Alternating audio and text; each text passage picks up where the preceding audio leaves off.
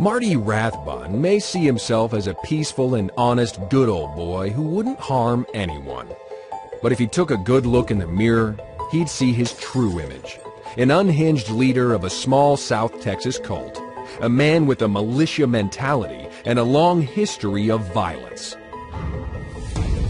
I've had the unfortunate experience of having witnessed Rathbun's love affair with violence. Rathbun's punch hit my watch so hard that it broke the titanium band and it put a deep cut in my wrist. I observed Rathbun in a rage, throwing him up against a filing cabinet repeatedly and screaming at him. I saw him grab a guy and throw him against the wall so hard the whole building shook. The impact of the assault was so strong that the guy's head snapped forward and his glasses fell off. And then shoved him out of the chair, punching and kicking him to the ground, seriously hurting his back. He openly bragged about his use of physical violence.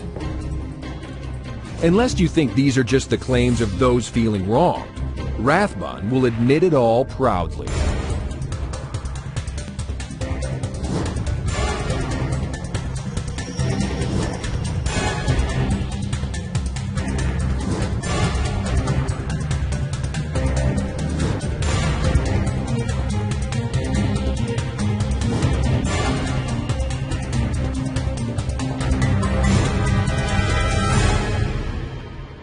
So who's lying?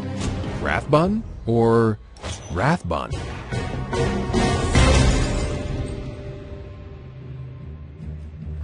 Rathbun likes to think of himself as a good man, a kind man, a tolerant man who grants the freedom of speech to all.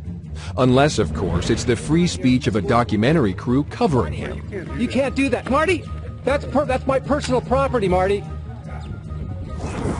Or asking him for an interview. Sit down and do an interview with me, Marty. Or just stating the facts. Listen to me. I'm telling you something right now. Shut the fuck up. I'm telling you something right now, mister. So anyway, do you hear me? So anyway, what he needs to understand is violence. Get that out of here. And Rathbun, ever the champion of the oppressed and downtrodden, absolutely decries hate speech. Except when he wants to engage in it. Or spit at us. Or spew it. Or use it to slander others. Rathbun also professes to be a sensitive, spiritual man who would never disparage the religion of another. But wait a minute. Isn't that one of the most rabid anti-religious bigots in the world cozying up to him at her German anti-Scientology press conference? The one who loudly supports the forcing of all German workers to declare they have no affiliation with the Church of Scientology? And the public branding of all firms hiring Scientologists with the letter S? Who was repeatedly censured in both American and German courts for spreading lies and falsehoods, and condemned by the U.S. State Department for human rights abuses? The one Rathbun previously referred to as a fascist demagogue, bigot, and hater?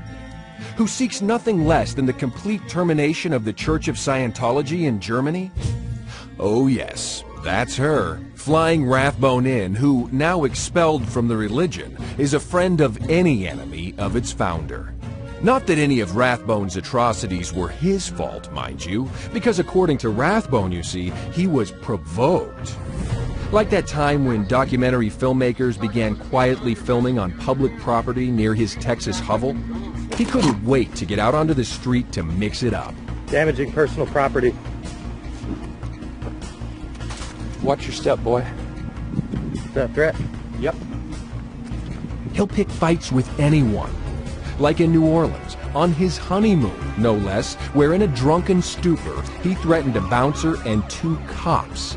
After finally being subdued shirtless by police on horses normally used for riot control, he spent the night in the pokey, teary-eyed but none the wiser.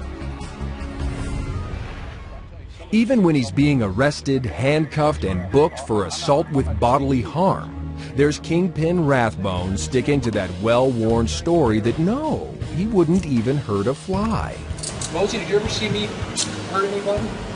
No. Only the mirror tells a different story. Did you hear her? I'll get that. I heard her. She said, don't look at her. You understand that? I heard her. Why don't you come stand over here, bud?